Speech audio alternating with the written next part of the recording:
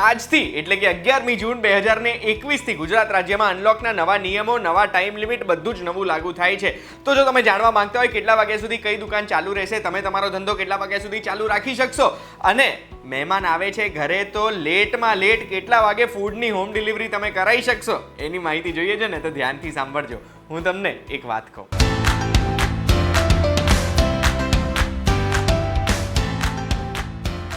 એક વાત કહું, આપનું સ્વાગત છે. મારું નામ છે ગુંજ ઠક્કર.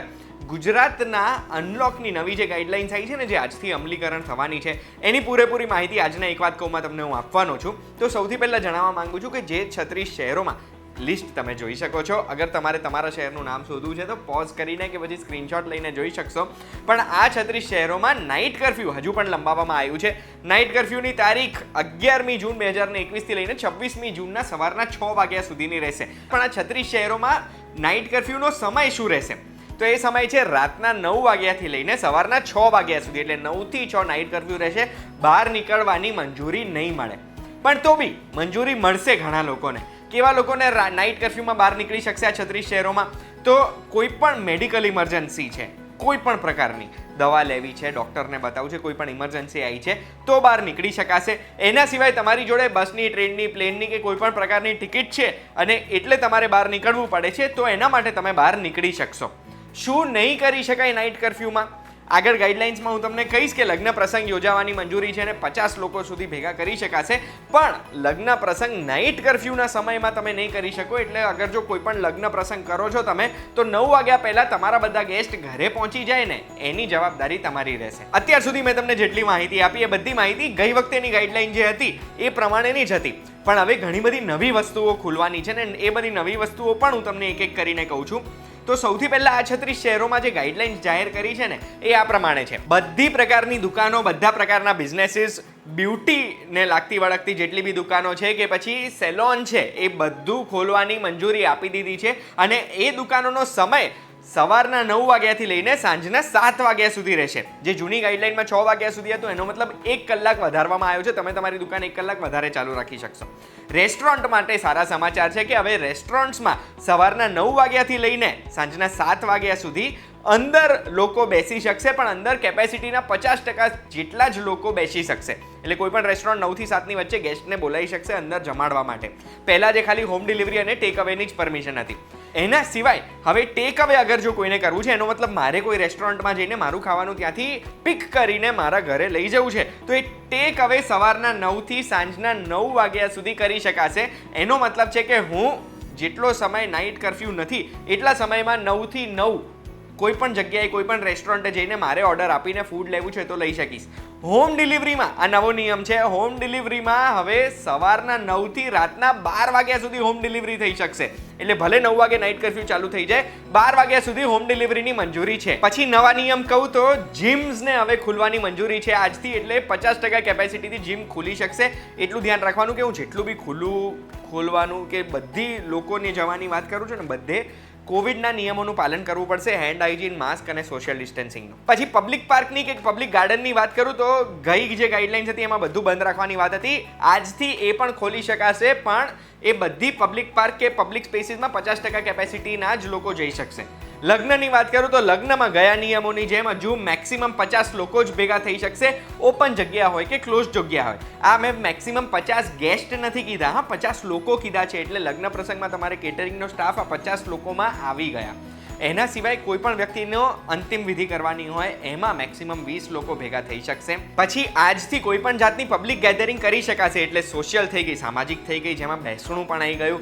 એના સિવાય રિલિજિયસ એટલે ધાર્મિક થઈ ગઈ, પોલિટિકલ થઈ ગઈ કે કોઈ પણ સંસ્કૃતિક એટલે કલ્ચરલ થઈ ગઈ. પણ એ ગેધરિંગમાં મેક્સિમમ 50 લોકો જ ભેગા થઈ શકશે. અને આ કહેવાની જરૂરત નથી મારે ઘડી ઘડી કે બધાએ કોવિડના નિયમોનું પાલન કરવું પડશે.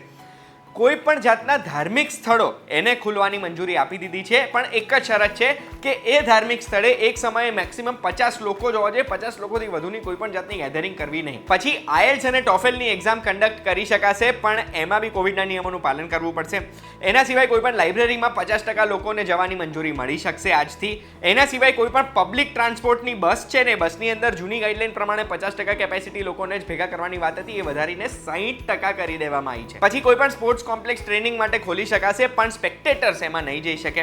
પછી એવી કોઈ પણ જગ્યા છે જ્યાં લોકો બહુ જ બધા ભેગા થાય છે, એટલે કોઈ પણ વીકલી માર્કેટ છે જે ટેમ્પરરી માર્કેટ હોય, જે ઊભું થતું એક્ઝિબિશન હોય, કોઈ પણ પબ્લિક પ્લેસ છે જેમ કે ઓડિટોરિયમ થઈ ગયું, થિયેટર થઈ ગયું, સિનેમા હોલ થઈ ગયો, એના સિવાય swimming pool, water park, spa, આ બધી જ જગ્યાઓ, કોઈ પણ એન્ટરટેનમેન્ટની જગ્યા છે, આ બધી જ જગ્યાઓમાં હજુ ખોલવાની મંજૂરી નથી મળી, એટલે આ બધી જગ્યાઓ નહીં ખોલી શકાય. અત્યાર સુધી મેં તમને જે નિયમો કીધા ને, એ નિયમો કે પછી એ રિસ્ટ્રિક્શન્સ હવે હું જે લિસ્ટ કહું છું ને એ વસ્તુઓને લાગુ નહીં પડે.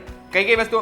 તો સૌથી પહેલા COVID-19 રિલેટેડ કોઈ પણ સર્વિસ છે, કોઈ પણ વસ્તુ છે, એને આ નિયમો લાગુ ના પડે. ઓક્સિજન ઉત્પાદન કે પછી ઓક્સિજનના ટ્રાન્સપોર્ટને લઈને કોઈ પણ સર્વિસીસ છે એને આ નિયમો લાગુ ના પડે. મેડિકલ, પેરામેડિકલ કે એના રિલેટેડ કોઈ પણ સર્વિસ છે, એમાં ચશ્માની દુકાન પણ આવી ગઈ, એને આ નિયમો લાગુ નહીં પડે. પછી કોઈ પણ ડેરી છે, ફ્રૂટ અને વેજીટેબલ સેલર્સ, એમના ટ્રાન્સપોર્ટેશનને લાગતી વળગતી સર્વિસીસ કે એને રિલેટેડ બીજી કોઈ પણ સર્વિસ, એને આ નિયમ લાગુ નહીં પડે. કરિયાણાની દુકાન છે, બેકરી છે કે કોઈ પણ ખાદ્યની સામગ્રીવાળી દુકાન હોય, જેમ કે અનાજ દળવાની ઘંટી પણ આવી ગઈ, કે એમનું ઓનલાઈન ડિસ્ટ્રીબ્યુશન થઈ ગયું, એને નિયમો લાગુ ના પડે. પ્રિન્ટ અને ઇલેક્ટ્રોનિક મીડિયા અને ન્યૂઝપેપર ડિસ્ટ્રીબ્યુશનને આ નિયમો લાગુ નહીં પડે. પેટ્રોલ પંપ ખુલ્લા રહી શકશે એમના નિયમ પ્રમાણે. પોસ્ટ અને કુરિયર સર્વિસીસ ચાલુ રહેશે. પ્રાઇવેટ સિક્યોરિટી સર્વિસીસ ચાલુ રહેશે. દરેક પ્રકારની એગ્રીકલ્ચરલ એટલે ખેતીવાડીને લાગતી કોઈ પણ એક્ટિવિટી, પેસ્ટ કંટ્રોલની એક્ટિવિટી કે પછી પશુઓના ખાદ્ય સામગ્રીને રિલેટેડ કોઈ પણ સર્વિસીસ છે, એને આ નિયમો લાગુ ના પડે. ઇન્ટરસ્ટેટ એટલે બે રાજ્યની વચ્ચે તમારે ટ્રાવેલ કરવું છે, બે ડિસ્ટ્રિક્ટની વચ્ચે ટ્રાવેલ કરવું છે, ઇન્ટર ડિસ્ટ્રિક્ટ કે પછી શહેરમાં અંદર ટ્રાન્સપોર્ટ સર્વિસીસ છે, એને આ નિયમો લાગુ નહીં પડે. દરેક પ્રકારના મેન્યુફેક્ચરિંગ યુનિટ, એમના રો મટીરિયલ સપ્લાયર, એમના રિલેટેડ યુનિટ, એમના સ્ટાફનું ટ્રાન્સપોર્ટેશન જે છે એમાં આ નિયમો લાગુ નહીં પડે. એના સિવાય કન્સ્ટ્રક્શનને લાગતી વળગતી કોઈ પણ પ્રવૃત્તિમાં આ નિયમો લાગુ નહીં પડે. અત્યાર સુધી મેં તમને જેટલા નિયમો કીધા છે, જેટલા રિસ્ટ્રિક્શન્સ કીધા છે, જેટલી નવી વસ્તુઓ ચાલુ થવાની છે, આ બધી જ વસ્તુઓમાં એક વસ્તુ યાદ રાખજો તમે કે COVID-19 નિયમોનું પાલન તમે જરૂરથી કરજો. એવું ના થાય કે ફરીથી આપણે થર્ડ વેવ આપણે જાતે જ લાવીએ, કારણ કે આ અનલોકની પ્રોસેસ ચાલુ થઈ ગઈ છે. મારે આ વર્ષે નવરાત્રી ઉજવવી છે. આજના એપિસોડમાં તમને માહિતી ગમી હોય અને તમે કોવિડના નિયમોનું પાલન કરીને જો અગર આ બધા અનલોકના ફાયદા ઉઠાવવાના હોય ને, તો જ એક વાત કહું, જોતા રહેજો હા VTVGujarati.com પર. નહીં તો મારે તમારી જોડે અબોલા કરવા છે અગર નિયમોનું પાલન ના કરવાનું હોય તો. આપણે ફરી મળીશું.